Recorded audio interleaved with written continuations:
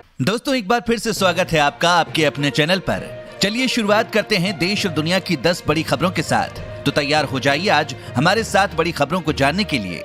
दोस्तों बात करें देश भर में कोरोना मरीजों की, तो पिछले 24 घंटे में कोविड-19 के 45,674 मामले रिपोर्ट किए गए हैं।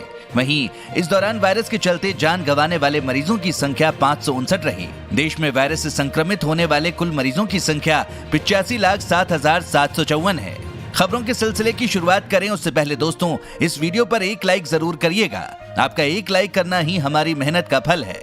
शुरुआत करते हैं पहली बड़ी खबर से। कोरोना का नया रूप पुराने से एकदम अलग और ज्यादा घातक इन देशों में सामने आए मामले। जी हां, आपको बता दें कोरोना वायरस का नया रूप ऊद बिलावों को संक्रमित कर रहा है। अब तक ऊद बिलावों में कोरोना वायरस से संक्रमण के मामले 6 देशों में दर्ज किए गए हैं। विश्व स्वास्थ्य एजेंसी ने इन मामलों के बारे में बयान जारी कर कहा है कि सभी मामले ऊद बिलाव फार्मों से जुड़े हैं। डेनमार्क का कहना है कि जो वायरस ऊद बिलावों से इंसानों में संक्रमण फैला रहा है वो ज्यादा घातक है। इस बारे में WHO ने कहा है कि शुरुआती जांच में उन्हें पता लगा है कि कोविड-19 के वायरस का नया संस्करण पहले के सभी संस्करणों से एकदम नया है। हालांकि इसका असर जानने के लिए अभी और शोध करने की आवश्यकता है। साथ ही अगली खबर में आपके बैंक अकाउंट में खेती के लिए 22 दिन बाद आएंगे 2000 रुपए, जल्दी करें ये काम।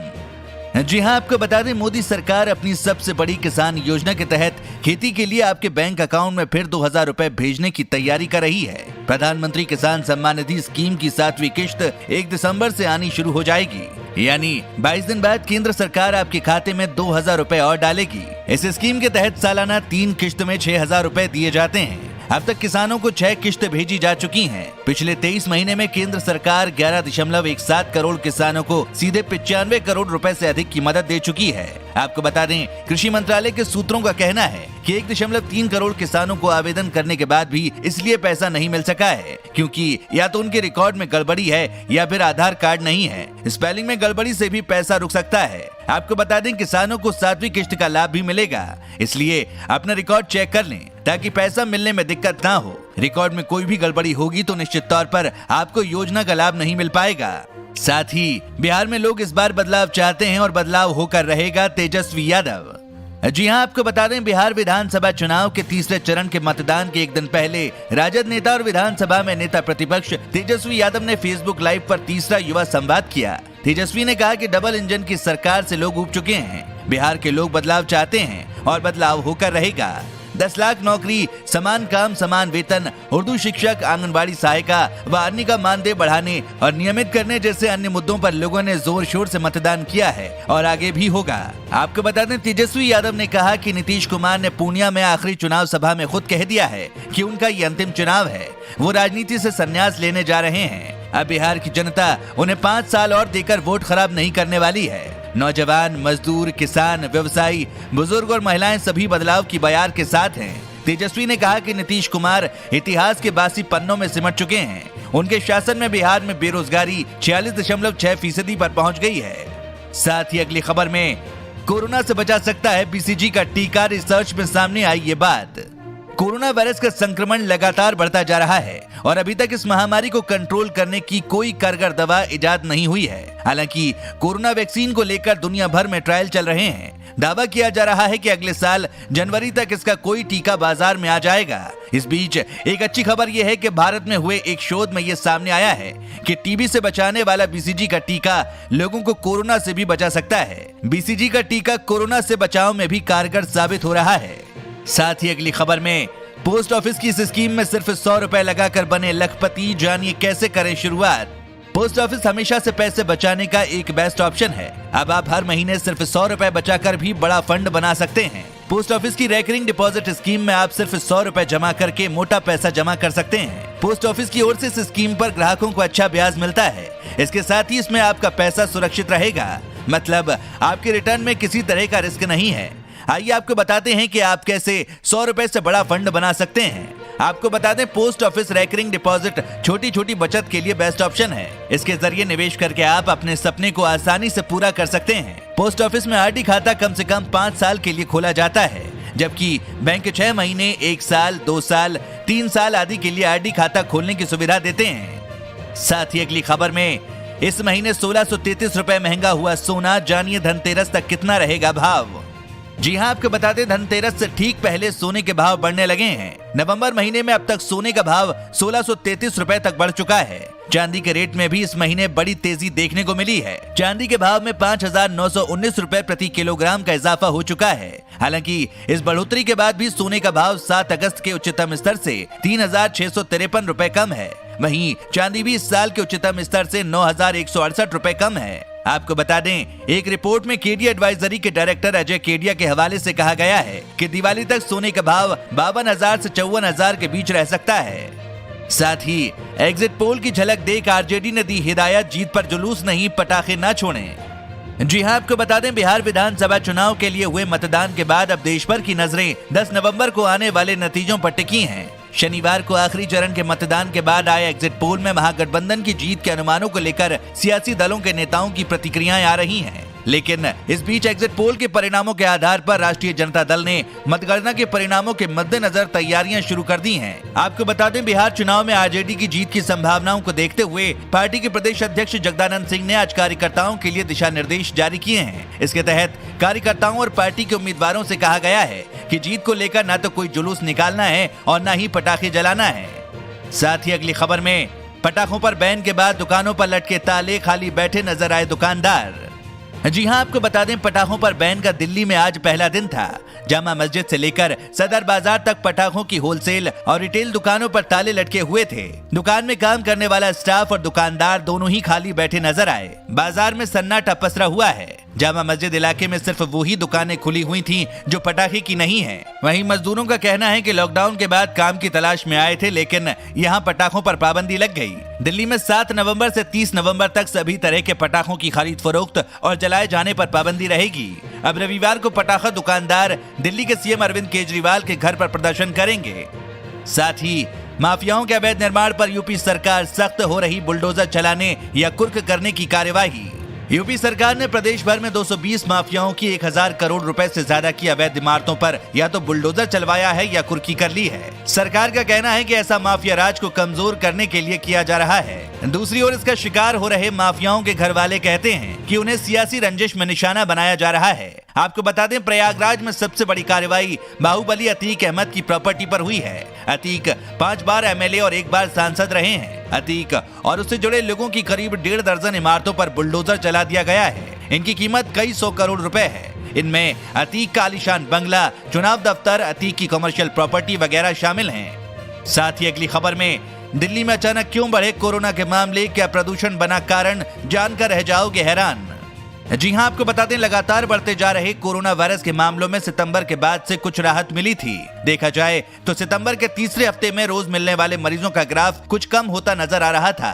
हालांकि दिल्ली में हालात इससे उलट होते जा रहे हैं। राजधानी में मामले तेजी से बढ़ रहे हैं। आलम यह है कि दिल्ली ने रोज नए मामलों के लिहाज से सबसे ज्यादा प्रभावित राज्य महाराष्ट्र को भी पीछे छोड़ दिया है। कुछ लोग इसे दिल्ली में कोरोना की तीसरी लहर भी बता रहे हैं। माना जा रहा है कि दिल्ली में प्रदूषण भी संक्रमण के मामले बढ़ने का कारण हो सकता है। इस पर डॉक्टर सरीन का कहना है कि दिल्ली में फिलहाल 2 चीजें हैं, सर्दियां और प्रदूषण। उन्होंने कहा दिल्ली में तापमान काफी कम है और सर्दियों में वायरस ज्यादा देर तक रह सकता है। उन्होंने बताया ये डेंगू, सर्दी, जुकाम जैसे दूसरे वायरस के साथ भी मिल सकता है। उन्होंने कहा कि ऐसे में अगर किसी तक वायरस पहुंच गया है तो हो सकता है कि उसे 2 संक्रमण हुए हों। हालांकि उन्होंने बताया कि कोविड के मामले बढ़ने में प्रदूषण का सीधा हाथ नहीं है। साथ ही अगली खबर में एलएसी पर तनाव घटाने पर भारत और चीन सहमत, जल्द होगी एक और बैठक। जी हां, आपको बता दें पूर्वी लद्दाख में वास्तविक नियंत्रण रेखा पर भारत और चीन के बीच जारी तनाव को देखते हुए शनिवार को एक बार फिर दोनों देशों के बीच कोर कमांडर स्तर की बैठक हुई। लद्दाख के चुशूल में हुई दोनों देशों के बीच बैठक को नई दिल्ली ने रचनात्मक बताया है। इसके साथ ही ये भी कहा जा रहा है कि बहुत जल्द सीमा पर शांति बनाए रखने और नियंत्रण रेखा पर सीमा विवाद को सुलझाने के लिए एक और बैठक होगी। बता दें कि बैठक में दोनों ही देशों ने सीमा पर शांति बनाए रखने पर सहमति जताई है। साथ ही राहुल ने केंद्र पर लगाया आरोप, नोटबंदी ने अर्थव्यवस्था को बर्बाद किया। जी हां, आपको बता दें कांग्रेस नेता राहुल गांधी ने नोटबंदी को लेकर केंद्र सरकार की आलोचना करते हुए रविवार को आरोप लगाया कि 4 साल पहले प्रधानमंत्री नरेंद्र मोदी के उस कदम का मकसद अपने कुछ उद्योगपति मित्रों की मदद करना था और इसने भारतीय अर्थव्यवस्था को बर्बाद कर दिया। राहुल गांधी और कांग्रेस आरोप लगाते रहे हैं कि 2016 में की गई नोटबंदी लोगों के हित में नहीं थी और इसने अर्थव्यवस्था पर विपरीत असर डाला है। इस आरोप का सरकार ने बार बार खंडन किया है। साथ ही अगली खबर में केंद्र का कोरोना संकट में बेरोजगार हुए लोगों के लिए बड़ा ऐलान, अब ऑनलाइन क्लेम कर ले सकते हैं इस योजना का फायदा। जी हां, आपको बता दें केंद्र सरकार ने कोरोना वायरस प्रकोप के कारण बेरोजगारी की मार झेलने वाले लोगों को राहत देने के लिए कर्मचारी राज्य बीमा निगम की अटल बीमित व्यक्ति कल्याण योजना के तहत 20 अगस्त 2020 में बड़ी घोषणा की थी। केंद्र ने कहा था कि योजना के तहत दावा करने के 15 दिन में निपटान कर दिया जाएगा। घोषणा के मुताबिक 24 मार्च से 31 दिसंबर 2020 तक के लिए बेरोजगारी लाभ के तहत भुगतान दोगुना कर दिया गया था। दूसरे शब्दों में समझें तो रोजगार गंवाने वालों को 3 महीने के औसत वेतन का 50% लाभ देने की घोषणा की गई थी, जो पहले 25% थी। केंद्र ने रविवार को योजना के तहत क्लेम करने के लिए हलफनामा दाखिल करने की जरूरत भी खत्म कर दी है। साथ ही अगली खबर में एग्जिट पोल देखकर गदगद हुआ लालू का परिवार, तेजस्वी की बहनों ने कहा राज तिलक की आई बारी।